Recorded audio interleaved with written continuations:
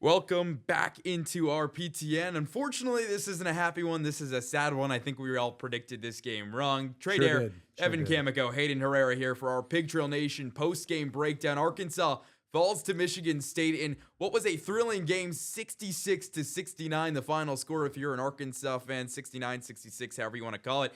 Let's not waste any more time. Trey, the biggest issue in this game for the Razorbacks, why did they lose? Yeah, kind of a throwback game. Not many games you see in college basketball nowadays played in the 60s.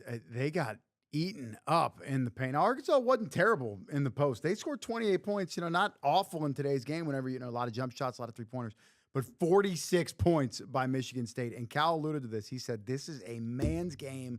It's a physical game. And quite frankly, with Nick Pringle, with Malik Ewan, with Trevin Brazil even, kind of on the wing there, I thought they had a veteran presence, some grown men down there that could slow some of this stuff down. But, at the toughest points of the game, they got eaten up in the post. Cam Ward did it to him. Cohen Carr from Michigan State, he was a load. And they attacked and attacked and attacked and attacked. So Arkansas's got to get a little bit stronger down there in the post. But I still liked what I saw. This is a team that fell behind whatever it was, 7-8 points in the second half. Fought to the finish. A little messy there on that final possession. The inbound play to Trevin Brazil, not exactly sure what they were doing there. Probably their best player in Darius Acuff inbounding the ball. Hard for me to believe that it was designed that way. I don't want to say panic.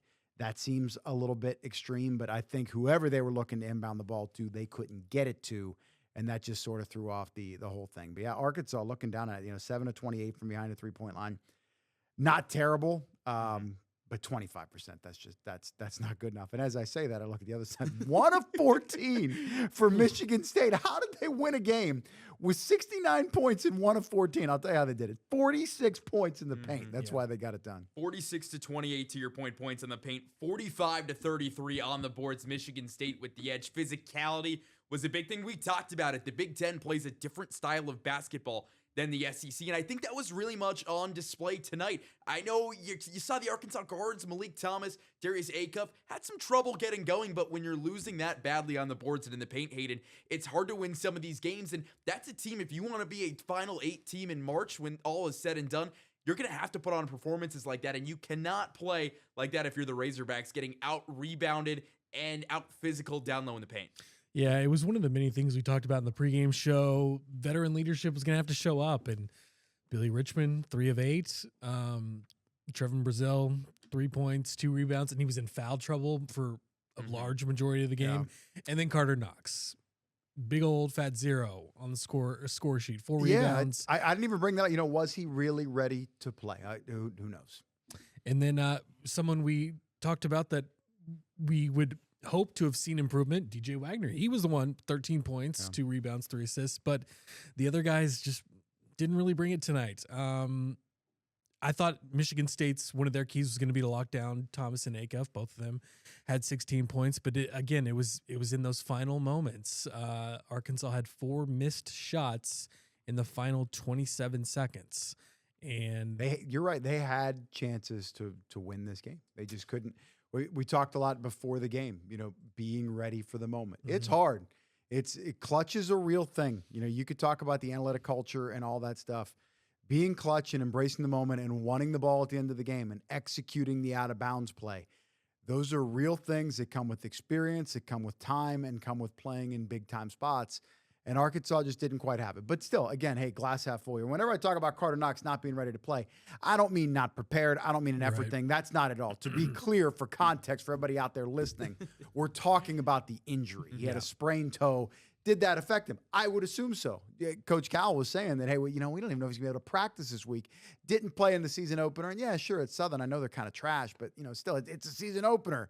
You should be able to play through some pain if you're good enough. So that tells me right there that this was a very real injury that was probably affecting him to a larger extent than we want to believe. And it felt like too that there were times where he was speeding up and trying to go too fast, didn't have his feet underneath him. A lot of times when Carter would maybe get a turnover or go on a fast break, turnovers were a problem, unable to really hold the basketball for very long, slipped on a couple fast breaks like I've already mentioned, and when you're not comfortable in games, again, that's where kind of the leeway has to come in. And I would have liked to see more DJ Wagner. I thought on that last possession, I understand the idea to go to your freshman, go to Thomas and Acuff, who had the hot hand there, but DJ has plenty of, experience in some of these big moments. Yeah, you can go back to the St. John's loss.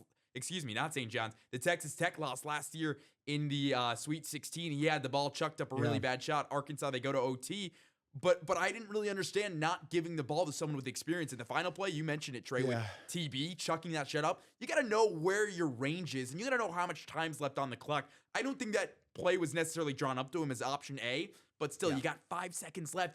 You can find one of your scorers from outside. Why are you taking a 40-foot three-pointer to try to tie the game? It makes no sense. I think that's probably, exactly what I was trying to land the plane there. I think that's what happened. Option A was covered up. Yeah. That was not how the play was designed. Trevin got the ball, and he kind of panicked. That happens. You get sped up a little bit. And again, panic's not fair. That's a really talented player who just didn't have his A game today, but still played well. And you're right about DJ Wagner. I think, guys, we saw it in spurts in the first half there. He had a nice little 5-minute window where he clearly looked like one of the better players on the floor. And then it went away. Now why did it go? Was it more of a rhythm thing? Was it an involvement thing? Was it a, kind of a collection thing that maybe they didn't quite have the right mix for Wagner to do his thing? That's not really for me to say, but certainly he was making some noise there a stretch of the first half. And then it kind of went away. But I do feel that Arkansas's post presence did get better as the game went on. They started to get a little bit stronger there. Pringle had his moments in the second half. Malik Ewan even, maybe not necessarily scoring the ball, looking at the box score with only 4 points, but I felt like he was impacting the game, with where his body was and how he's altering some shots defensively. Rebounds were a problem. You talk about points in the paint. Where does that start? A lot of it's second chance points.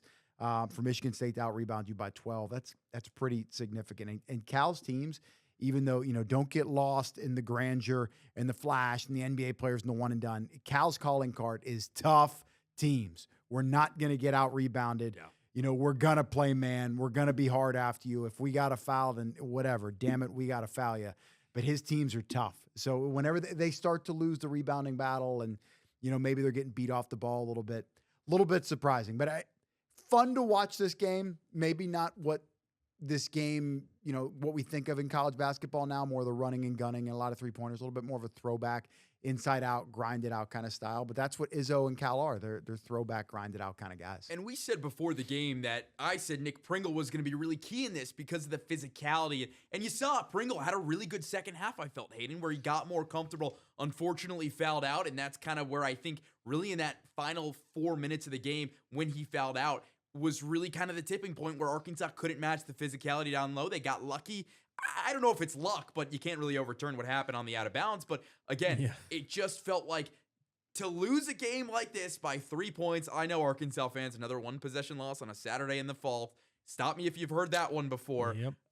It's the second game of the season, but it felt a little heartbreaking if you're a Hog fan because you're like, man, we had that game. They only shot 1 of 14 from behind the arc. We still lost by 3, 7 of 28 or so. I mean, you get one more. This is a tie game. Thomas and Acuff, 10 of 31 combined. And you mentioned the physicality. Yeah, it was the Ewan dunk and the Pringle dunk that got them on that run when they were down 8 that put them in the game. And there was a point there where they had a chance to take the lead. I believe it was Pringle that missed 1 of 2 free throws. Instead, it was tied. So, yeah, a lot of close moments. One factor we talked about in our pregame show was the crowd and the atmosphere. Of course, we weren't there, but just from watching, it didn't seem like that was a big factor. Yeah, I mean, maybe they'll say otherwise in the postgame. Yeah, I'd argue otherwise. I'd absolutely argue otherwise. I don't know. Yeah, I think being 8, there's no AAU Super Duper tournament. There's no ESPN Prep Classic or whatever that Malik Thomas, Darius Acuff, that they play in that can get you ready for Breslin Center, sold out, white out, go green, go white. That, there's a first time for everything. Maybe it was just the Fox broadcast didn't do a very good job of that's what giving Arkansas that to went the through. viewer at home. You know what? Maybe not the atmosphere you wanted to see. Fox helps us pay the bills here at Next Star. So, hey, Fox, you guys are doing a great job. Would have liked to hear Gus Johnson on the call, but hey, Gus is he was busy. Gus a little busy doing some football. He's a little busy today, losing his voice. Yeah, that game was rigged. It was. I don't know. He was out of bounds.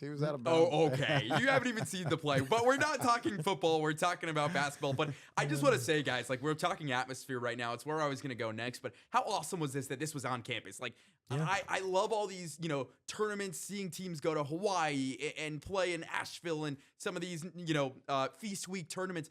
I think these games need to be on campus. There's something poetic almost about seeing a home and home with two of the greatest coaches of all time in college basketball at two of the best venues of all time. We need to go back to that in the college game where these games are played on campus. I mean, again, you played this game in Bud Walton Arena. 20,000 Razorback fans are going to be packing BWA, the Palace of Mid-America.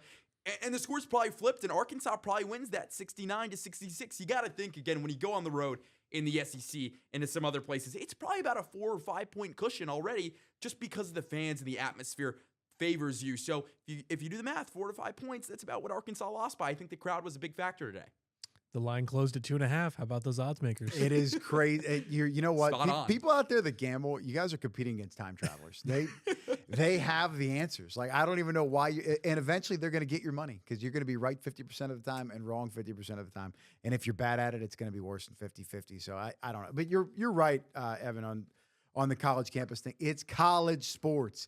Give me the band. Give me the community. Give me the kids pitching tents, out for the game, the passion, getting painted up, the co-eds, all of it. It's a TV show. The NFL gets that. It's a TV show before it's anything else. And these games in college, big college football games, big college basketball games, they look so much better on campus.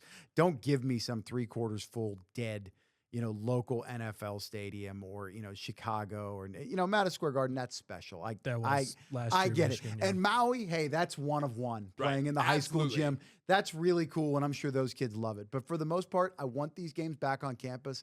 And I hope there's a little bit of a movement where that's going to become a trend once again. And I think it will be. I think we'll get there. But as we've got a couple minutes left here on our post-game show, let's look forward. Let's look ahead. Arkansas, you're not going to play another marquee team until later this month. Duke on Thanksgiving, but Razorbacks, you get to come home. You're going to play against Central Arkansas, then Samford, then Winthrop, then Jackson State. So 4 home games, all of those teams. Again, 1-1, 0-2 for Jackson State. So a lot of time left to get right before that Duke game. What do you guys have to see out of Arkansas the next couple of weeks against lesser opponents to get ready for Thanksgiving? Yeah, I mean, they'll be favored by double digits in all 4 of those games. You want to see some consistency. Maybe you want to see a little more of Isaiah Seeley since you would think that Leeds would be big enough to where you could explore the depth of the bench a little bit. That obviously wasn't really an option tonight in East Lansing. And yeah, maybe Cal makes some tweaks to the starting lineup. Of course, maybe we see Thomas start some games in there. So plenty of time to kind of reset before Duke in Chicago. It's hard to overreact, Trey, in November I'm on not the second game of the season. I don't think any of us are. Over it. That was a good game. They played well. It's simple enough. Get a little better on the glass, have some better post defense. You get a couple more 3-pointers to fall. But again, as I say that, and I already made this point. So 25%, not good enough, but that's not atrocious. The other side was 7%. That's garbage. And they won the game. Yeah. What I want to see, I thought the post presence wouldn't be the strength of this team. I thought, Cal's team's motion offense, the strength of the team is guard play, the wings that can score the ball. That's what they hang out on. But I thought they would have a much better post presence. And it's not fair to say that they got eaten up in the block, but they did get pushed around. No doubt. So Nick Pringle, Malik Ewan, these dudes are as tough as they come. They got to get tougher. They got to get better. These are not, it's not Shaquille O'Neal down there, some post player that you can rely on to score 25, 30 points a game. They're not those kind of guys. So what do they got to do? They got to change shots at the rim. They got to be able to dump it inside and get an easy bucket. I didn't see that against Michigan State. That's what I want to see until they play Duke on Thanksgiving. Hayden, any last thoughts before we go? I think he wrapped it up there pretty nicely with a bow. Yeah, I mean, I was going to ask you, are you worried about your Hoosiers whenever they face the Spartans this season? I think anyone's going to be worried about the Spartans when they face them this season. That was a great team. Cohen Carr, Jackson Kohler looked the part. Trey.